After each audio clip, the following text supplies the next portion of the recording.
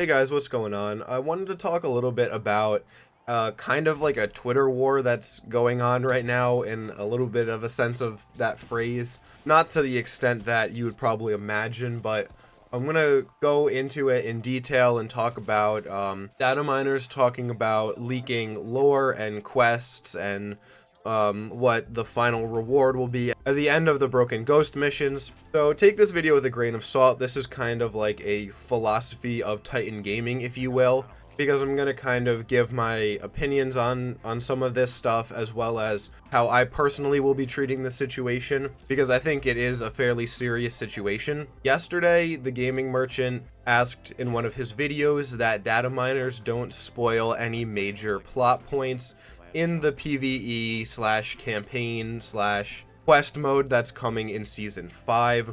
And Biased Tobias on Twitter said, "Hey gaming merchant, I just saw your video and I thought I would respond to your little comment about data mining the lore in quest. But let me get to the point. I will be leaking the things I find in files. That includes the things for quests." He then continued to say, "But I will at the same time ask people not to spread it as much as usual, and ask people that don't want to get spoiled to block me." Now, I think that second point is absolutely ridiculous, because people will do just about anything to get more followers or more likes or upvotes on Reddit or something like that. So the second that he releases something, you know Dexters is going to have an article on it. There's going to be 10 people publishing it on Reddit. There's going to be 50 retweets of it going around. So really, as soon as he tweets out this spoiler, everybody's gonna know about it. So whether or not you block him or unfollow him on YouTube, just know that you will have it spoiled if you go on social media or you go on Reddit, which is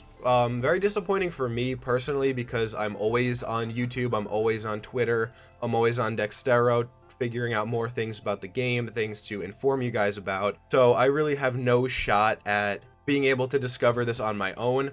Now, I will say, I really can't condemn him for doing this at all. A lot of my channel was built up on leaks and lore and all that kind of stuff, so I'm in no position to criticize him for doing this, or really for anybody else doing this. I will say, though, that my personal philosophy and why I won't be covering any of those leaks is that I think that this quest mode that's going to be coming out is going to be a huge reason for people to actually get on the game. They're gonna be playing so they can get the crates, so that they can go into the PvE and kind of figure this stuff out on their own, which I think it will be a really great experience for a lot of players who aren't super involved in the community, like people who are on Twitter a lot or on Reddit or watch a ton of YouTube. So that's why I personally won't be covering it. I think that it's fairly equivalent to the spoilers that came out when the image was leaked of Revenant killing Forge.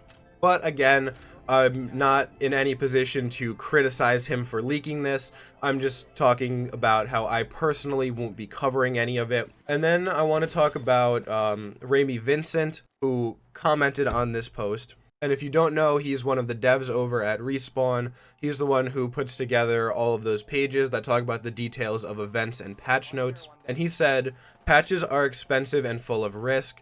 With the work situation being what it has been the last few months, we're lucky to have Season 5 at all. New features to fully hide story just aren't in the cards right now, so I don't know what to tell you. The choice was this or don't do it at all." So definitely a little upset about it, which is very fair. If you're not aware, the whole Respawn team has been working from home for about a month and a half, so it is pretty incredible that we're even having a Season 5. So huge props to the devs over there. Another thing that I just wanted to point out is that Shrugdal, who, as you know, is really the only data miner that I trust and the only person whose content I bring you on this channel, will not be covering it either. Now, this had little to do with me deciding that I'm not going to cover this myself, but I really respect his decision to not cover the lore, since as I said, it is going to be a really awesome and important part of Season 5. Having said that, though, I do really want to know what you guys think.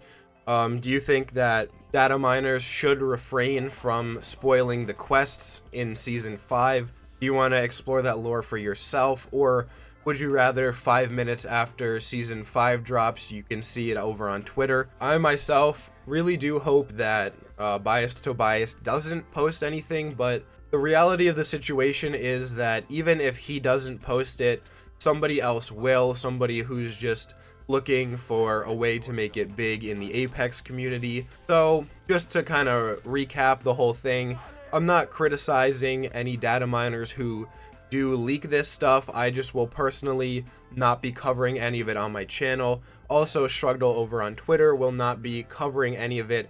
However, I do recommend you go give him a follow, as he posts really awesome stuff all the time about lore and skin leaks and all that kind of stuff. That's going to be it for today's video, though. I just wanted to kind of give you a little bit of insight into my personal philosophy on leaks. And I just wanted to let you know that starting tomorrow, I'm going to be trying to stream every day of the week. I will be streaming both on YouTube and on Twitch, as long as I can figure out how to do that. So get really hyped for that. I will be trying to do that very consistently now that school's out. So that's going to be it for this video for today. Remember to let me know what your thoughts on this are. And if you're not already subscribed to the channel and you'd like to join the club, you can hit that red subscribe button right under this video. And while you're there, gently clap the like button, please. And that's going to be it for today. So I will be back with you guys again tomorrow. But until then, take it easy.